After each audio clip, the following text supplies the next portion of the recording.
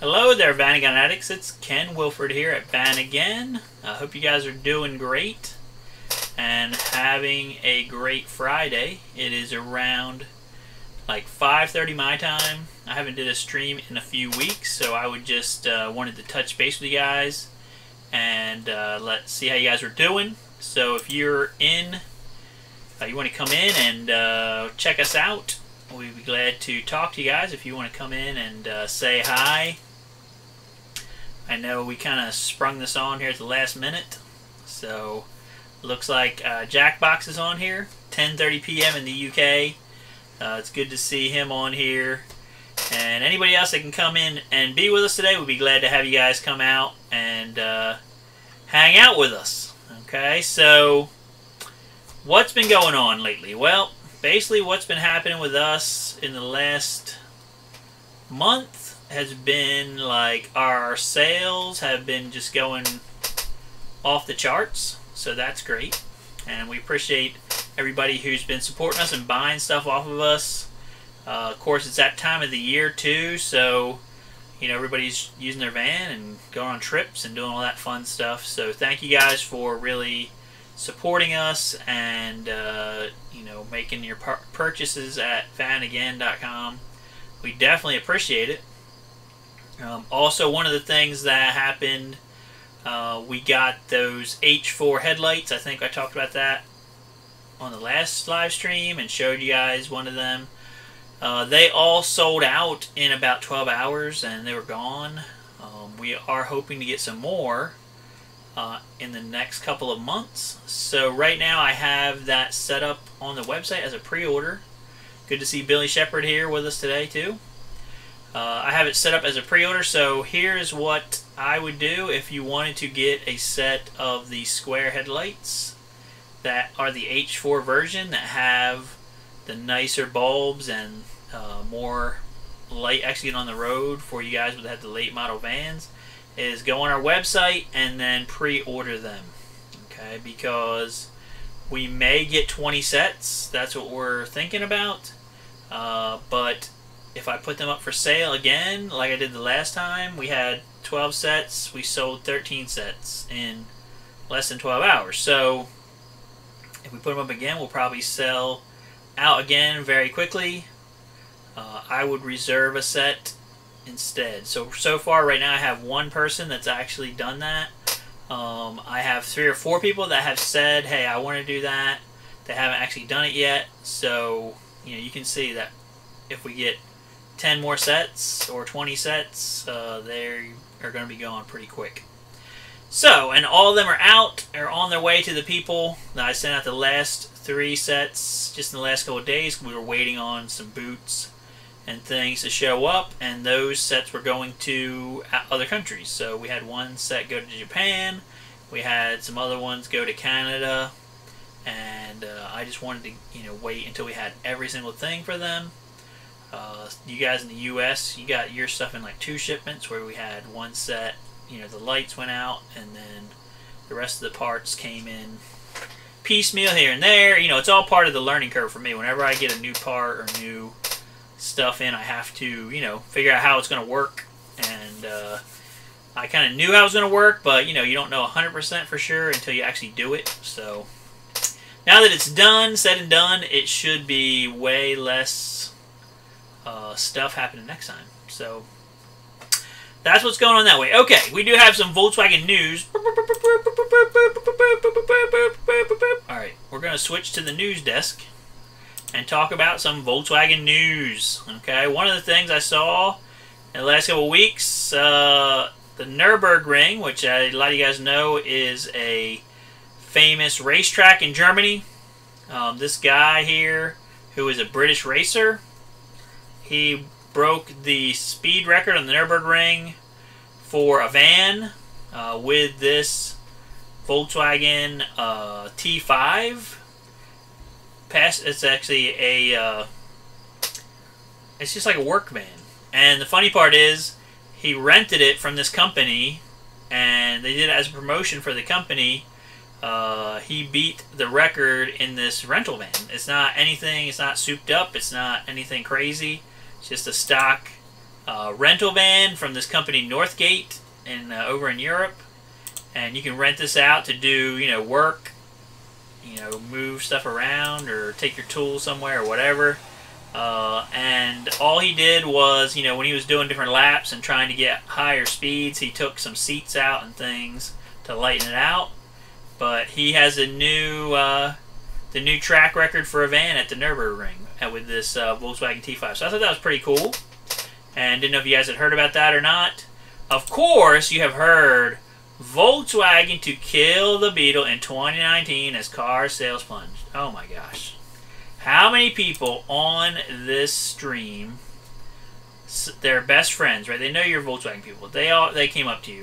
Ken, did you hear about Jackbox? Did you hear about Volkswagen is stopping making the Beetle? I mean, there must have been a million of these stories out there in the news.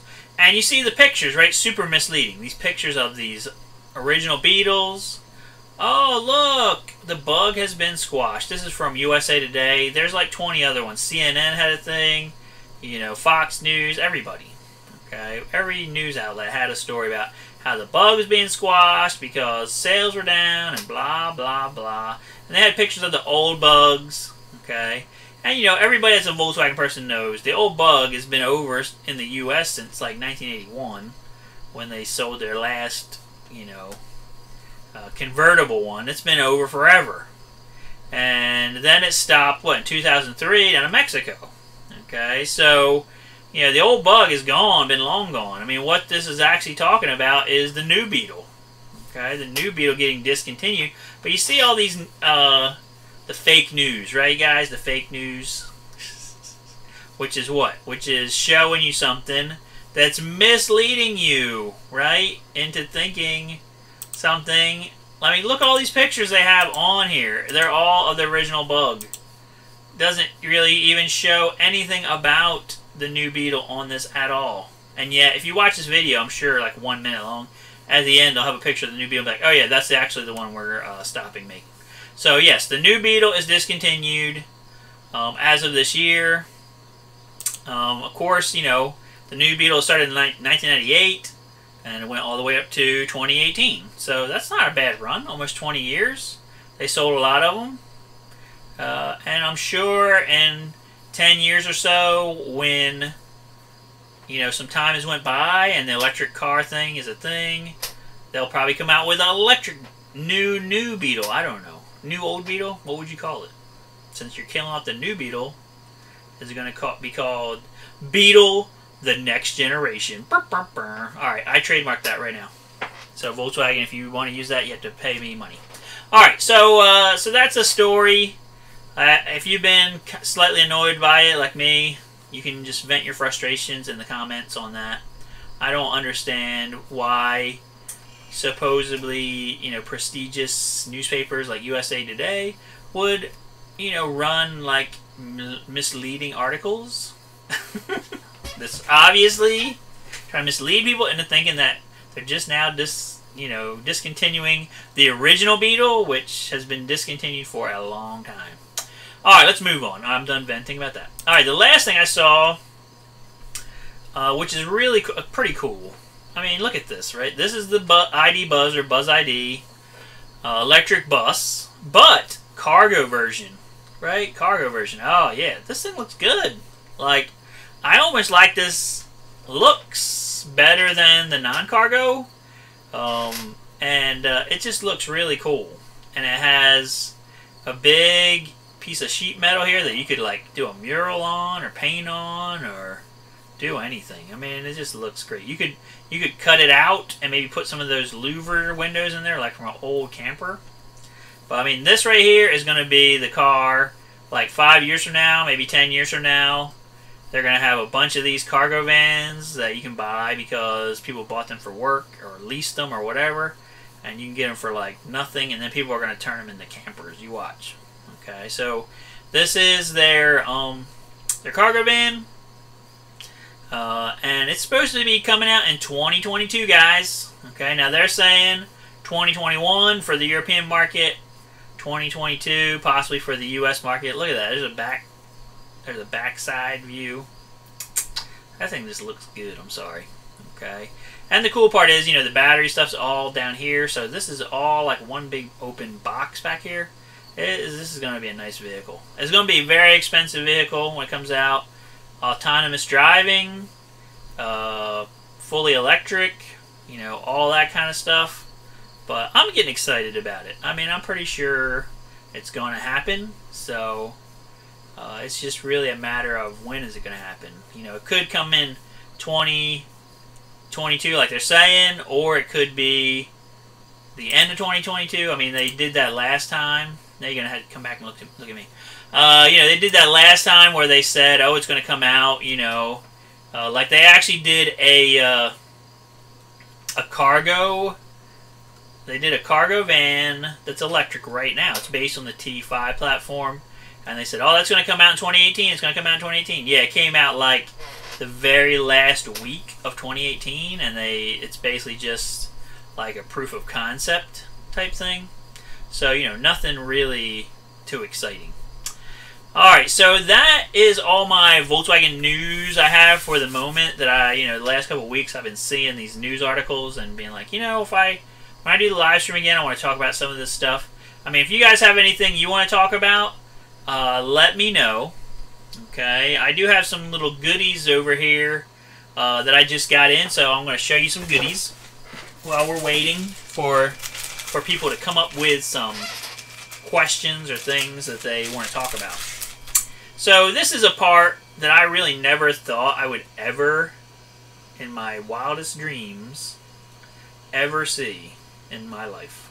Okay, this right here is this vent piece. Okay, if you open your driver's door or you open your passenger's door and you look in the door jamb on the back side, most likely you're going to see this piece there. Now it has this little brush piece on it.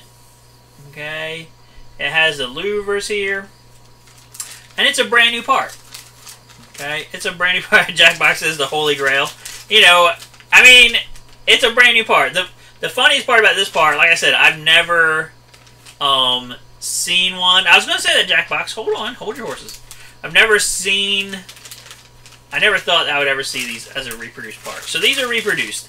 The biggest call I get about these is what Jackbox is trying to say, where if you have a camper, on the driver's side, people will call me up. I need this vent thing for my camper. I'm like, really? Like, yeah. It's like when you open the driver's door, you look, there's a oval hole right there. There's nothing in it. Then if I go to the passenger side, open up and look there, there's this vent in it. Just like that one I just showed you. But there's nothing on the driver's side. I'm like, that is how it's supposed to be. Okay? Because if you think about it, what is that for? That is for, you put it where you put your umbrella. Yeah, see, that's like the umbrella in the Rolls Royce. But that's your umbrella holder. But on the camper, on the driver's side, okay, what that's for, it's a pass-through for your external, your air coming in. So your fresh air comes in. So on your dash, you have those different levers, right?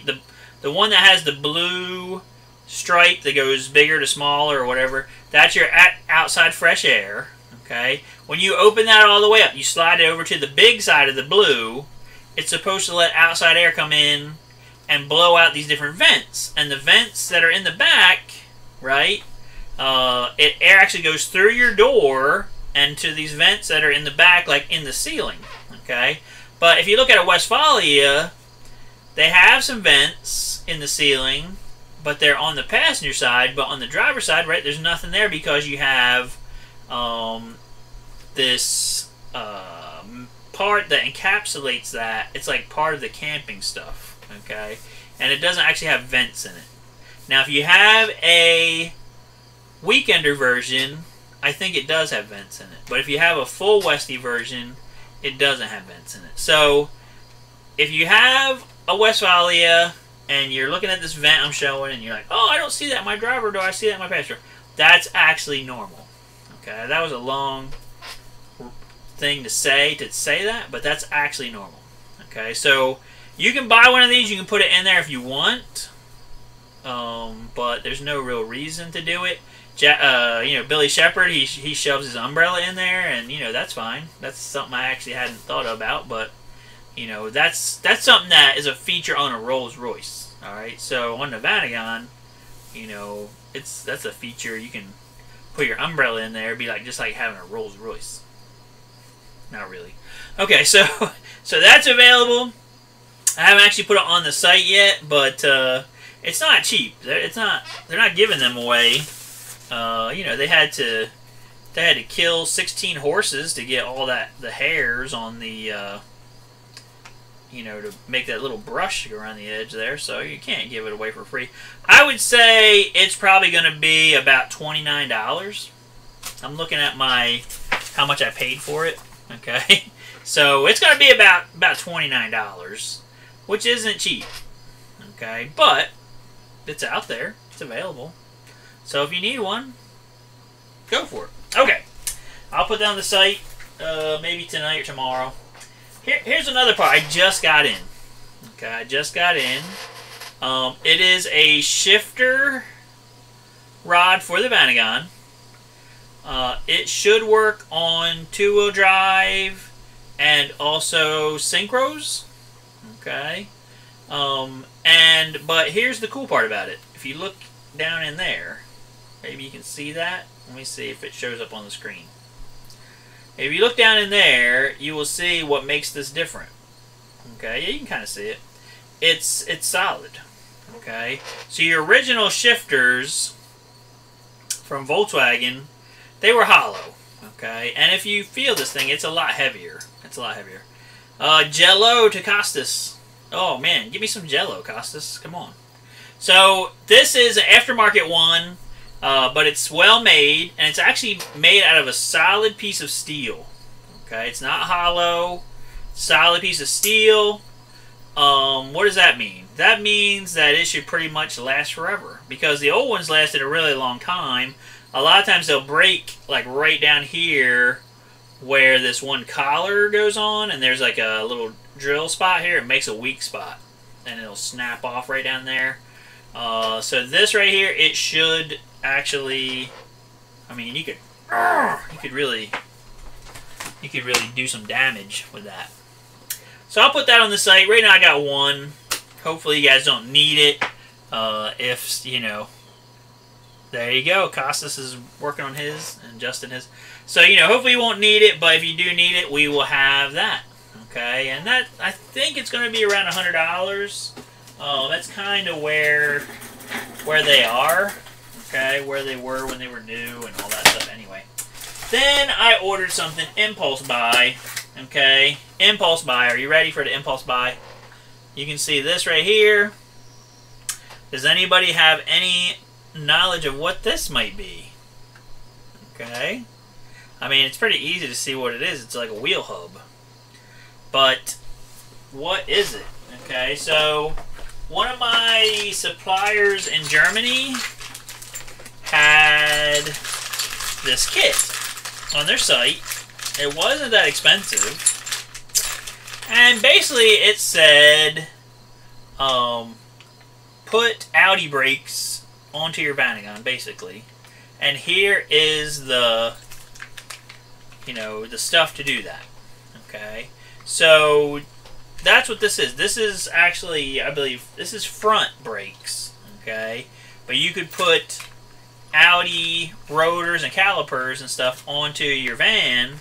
The only part that's extremely weird, and maybe some of you guys can help me out with this, I have no clue what these are. These are rings, spacer rings or something. The only weird part is there's absolutely no instructions, and I have no idea what year or version or anything of Audi stuff I need to make this work.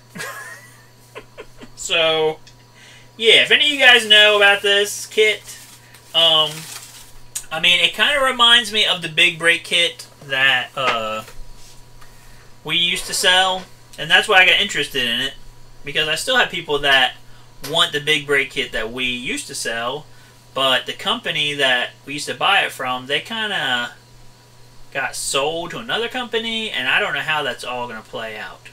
Okay, I don't really know how that's going to play out. So what I'm going to try to do, you know, I thought I was going to get this as a kit, and it was going to have some instructions and things with it.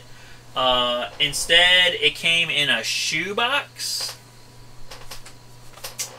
Yep, it came in a shoebox, and the stuff is in there, I think, that I need to do it, but there's no directions at all about anything. So, and there's not even like a list like, hey, thanks for buying this kit, you know, here's the Audi part numbers you're going to need to make it work, or anything. So I'm going to email the people that I bought it from and say, hey guys, you know, like, I could try every Audi brake caliper known to man and figure out which one it is, or you could just tell me. That would be nice. I mean, I've dealt with this company before over the years, and they're just weird. They have weird things, and they act weird towards you as a customer. Yeah, I sent them back a viscous coupling I had bought for a guy. Actually, the coupling was fine and everything was good. He installed it. Then he sent me his core, so I was sending that back to them. I said, listen, I actually have 2 viscous couplings here, cores. Do you want the other one? Right? Do you want the second one? They're like, no, we don't buy old parts. We just, you know, if you send your core back, we'll give you the money back for that. But we don't want old parts. I mean, I didn't even want any money for it. I said, listen, if I can send it back to you with this other one, and then you can just, like, say the next time I need a viscous coupling from you, I don't have to pay the core charge up front. It's already, you know, taken care of. They were like, no, we don't do that. Like, why wouldn't you want another core when you're rebuilding, you know, viscous couplings, like a part that is hard to get? So I have a core viscous coupling here if anybody wants it or needs it for synchro. It's just sitting here, and I would take some money for it. It would be great, but it's very odd. Jackbox says, I always ultimately felt like it comes down to the tires and emergency stop. Yeah, tires are definitely, you know, most people don't have the correct tires in their vans. Spoiler alert, they don't. They're not load rated properly.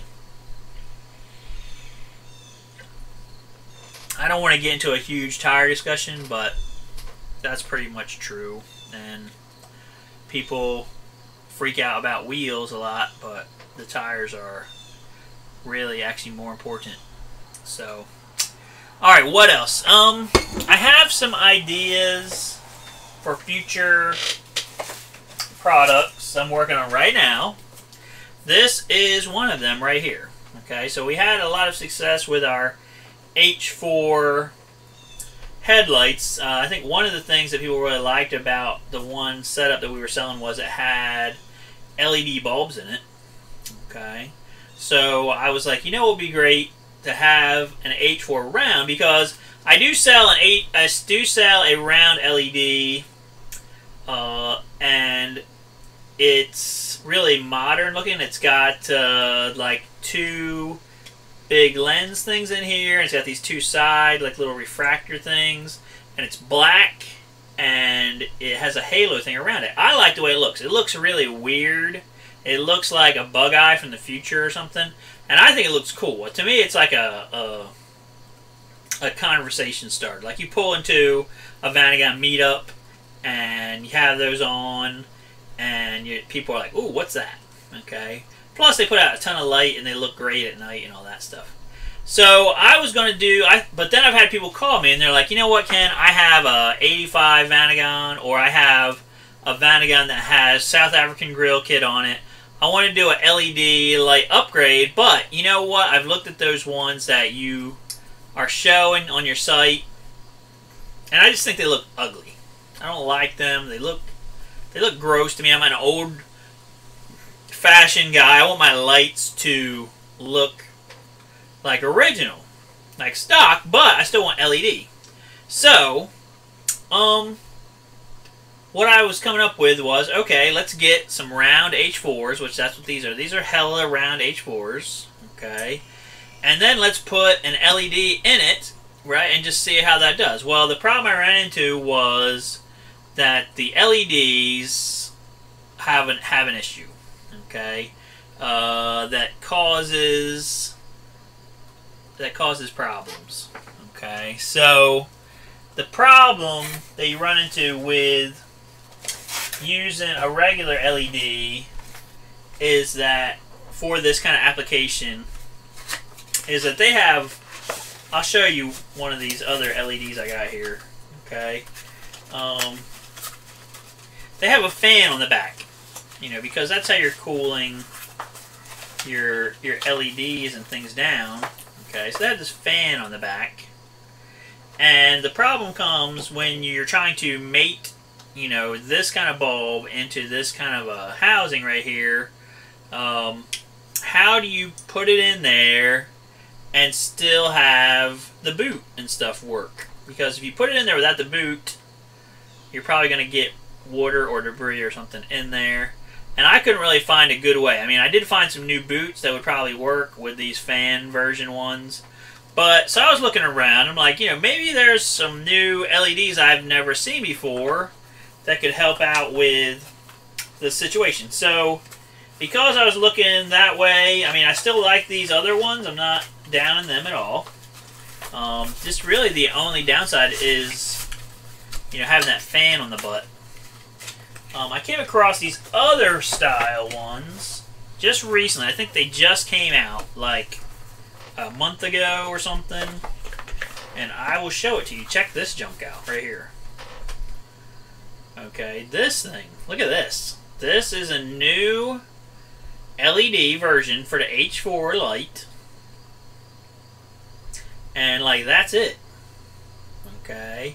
And it has its fan, it's incorporated into the body of it on the inside of the light. Okay.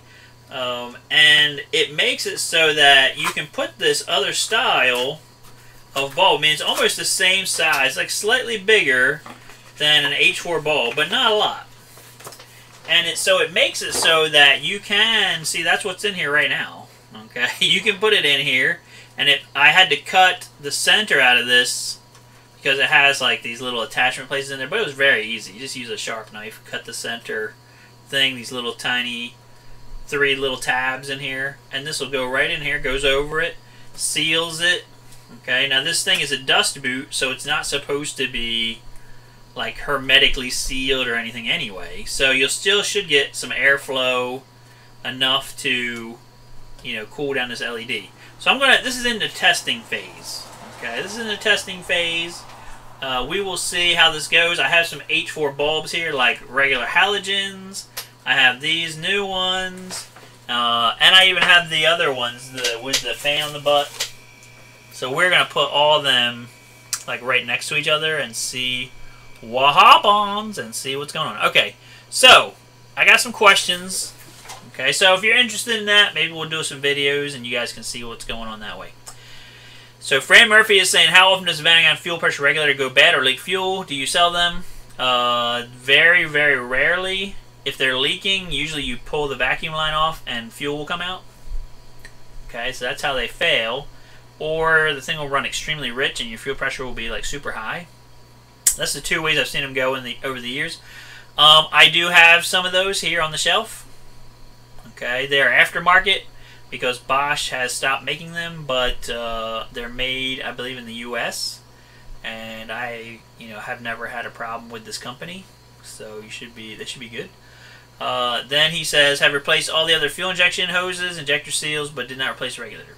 Okay, yep. So I mean, we do have them on the website, Fran, if you want to buy it. I think they're going for $125 right now, just because for whatever reason this company, because they're not available anywhere anymore, they jack the price up on them a little bit. So I have to pass it on to you guys, sadly. Alright, so I guess that's everything for this week that I really wanted to talk about. Unless you guys have some more stuff you want to talk about. I miss doing this with you guys. I miss coming on here and having, a live stream with you guys every week and just doing all that good stuff. I also wanted to give a shout out to our people who are still supporting us on Patreon. We got Chris Snyder, We got Eric Schneider, and we got Peter Benici over in Australia. So I want to say thanks to those guys. They are still supporting us on Patreon, as far as I know. Also, how do you keep spiders, OT? Okay, I don't know. And also, if you look on our website right now, we are doing a little bit of work on there again. We had a little problem with our, yeah, I know who this is. I'll call him back later. We had a little problem with our credit card processing company that it's QuickBooks. So, you know, it wasn't a security issue, but they are discontinuing the API or whatever you want to call it for the website, and they gave me a couple weeks notice to tell me that. So we're trying to change to a new credit card processing. So right now we have PayPal on there. You can actually run your credit card through PayPal and use it as a gateway to, you know, process your card and buy stuff. But the actual dedicated credit card processing thing, it won't be up until probably like the 28th. So I wanted to let you guys know about that. You know, it's not a problem. If you see something you need and you don't want to use PayPal, just call me on the phone. I'll be glad to do an order over the phone for you guys. But believe me, PayPal is very secure. You can use your credit card with it. You don't have to have a PayPal account. You can do a guest or something. And, you know, it's not a big deal. Okay, so don't be scared of PayPal is what I'm trying to say. Alright, anything else? That thing when Jackbox said about spiders is making me... Oh, and I'm going to possibly be showing you guys a Vanagon that I bought. I had a customer call me a couple weeks ago, and you know, I get these kind of calls from time to time. I have another guy right now that has a Wolfsburg edition Vanagon, you know, just the tin top one. He wants to sell it. He's down in Maryland area. If anybody's down that way and they want to buy one for reasonable, very reasonable price that has, you know, that needs, I think it needs head gaskets is what he's saying, and it's got high miles. Okay, but he claims the body's nice on it. He would probably sell it for like $1,000. Okay, he would probably sell it really cheap because it's sitting in his yard. He wants it to not go to the junkyard, but he can't keep it there forever. So if you're interested in that, he's in like the Baltimore, Maryland area. You can definitely send me a message or whatever, and I will try to get you hooked up with him. He's a really nice guy. He's been a customer for years and years and years, and they're just finally, I guess, getting out of the Vanagon thing because of they don't use it anymore, and then he had the head gasket go bad. So that was one thing. But I did have another customer call me, and him and his son had bought a 91 Karat. They were going to restore it, and then his son got hurt in an accident. They had the van stripped down the inside. They were starting to restore it. They actually took the dash out and were doing some work in there, and then his son got hurt in a car accident, and they wound up, you know, basically months and months went by. They probably forgot like how the dash went back together. This is why when you guys take something apart, take pictures. Believe me, I've learned that over the years. Take digital pictures with your camera, with your phone, and then when you get ready to put it back together, you'll know how this is how this went. That's how that went. So he called me. He's like, I've had this van. It's been sitting here for 4 years. It needs to go. We came to an agreement on the price, and it's down here now. I'm just playing with it when I have some spare time here and there, which lately has been non-existent.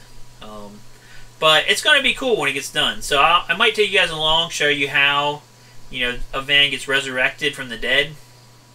But the body's really nice on it. It's also this maroon, that maroon color. I really like that a lot. So we'll see what happens on that, and I might be doing like some little video blog things on it, so you guys can see, you know, if you bought a van that was totally dead or whatever, you know, how you can kind of bring it back to life. Okay. Oh, and one last thing I wanted to say before we left. I got a call this week from a guy named Eric One-Row. Some of you guys know him from the Samba.